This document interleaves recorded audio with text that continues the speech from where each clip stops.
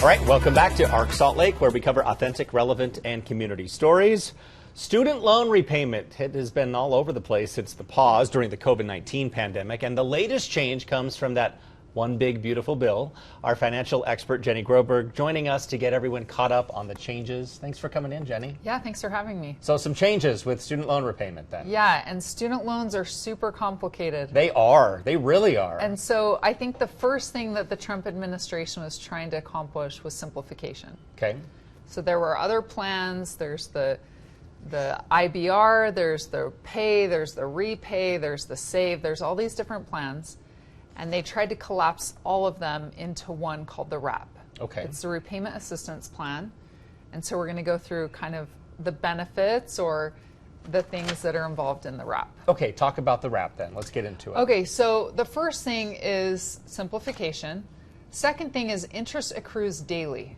However, if your payment does not hit all of the interest, the interest is not capitalized, meaning it doesn't roll back into the total amount that you owe. Okay, that's big for a lot of people. It's a big deal because Yeah. a lot of times that just gets bigger and harder to tackle. People were ending up in situations where they owed more money than they originally took out for. Oh, that Yeah. happens all the time because people treat loans like a house.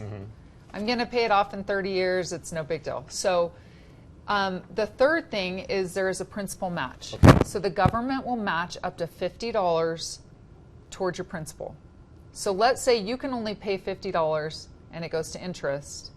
The rest of that interest is wiped away. Okay. The government will match your $50 and put it towards principal.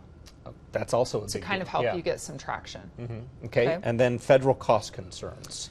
So there are a lot of federal cost concerns, and we're talking billions of dollars in forgiveness. So the other plans had a forgiveness of 20 to 25 years. Okay. But people forget that the forgiveness means that you have to make a payment every month. Right. A lot of times they think, oh, I'm going to delay this for 20 to 25 years. I miss a payment here or there, it will be forgiven. Not necessarily. Okay. Okay. So the federal cost is that all of these borrowers take out too much money. Sometimes they take them out from institutions that aren't accredited or it's fraudulent, and then the government has to forgive them. So we're talking billions of dollars that the federal government is trying to tackle and to handle. The other thing on your list here is moral hazard. What is that about? The moral hazard is borrowing more than you can repay. So people are just borrowing a ton of money for student loans. They think that they can pay them off. It's no big deal. And so by having more strict guidelines, a broader repayment schedule, so we're going to, under Trump, it's now extended to 30 years, whereas under Biden, it was 20 to 25 years. So there can be forgiveness after 30 years.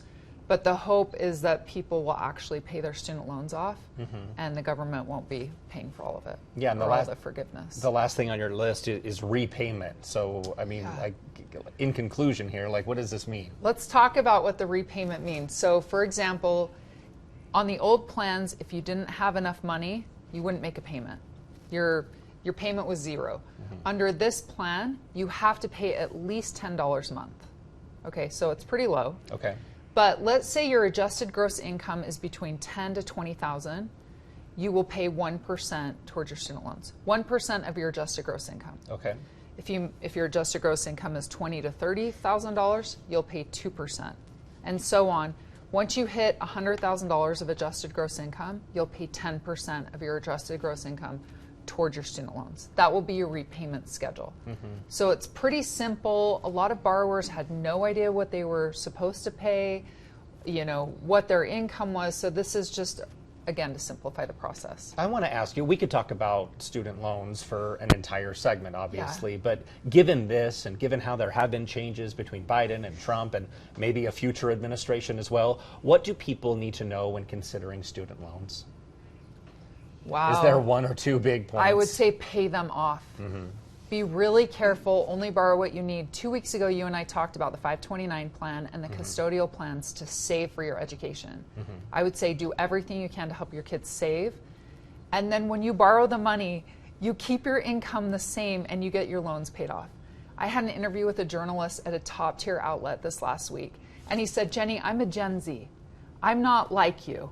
And I'm thinking, I'm like 5 years older than you. We had my husband and I had $250,000 of student loans. He could not believe we paid them off in 2 years, 2.5 years.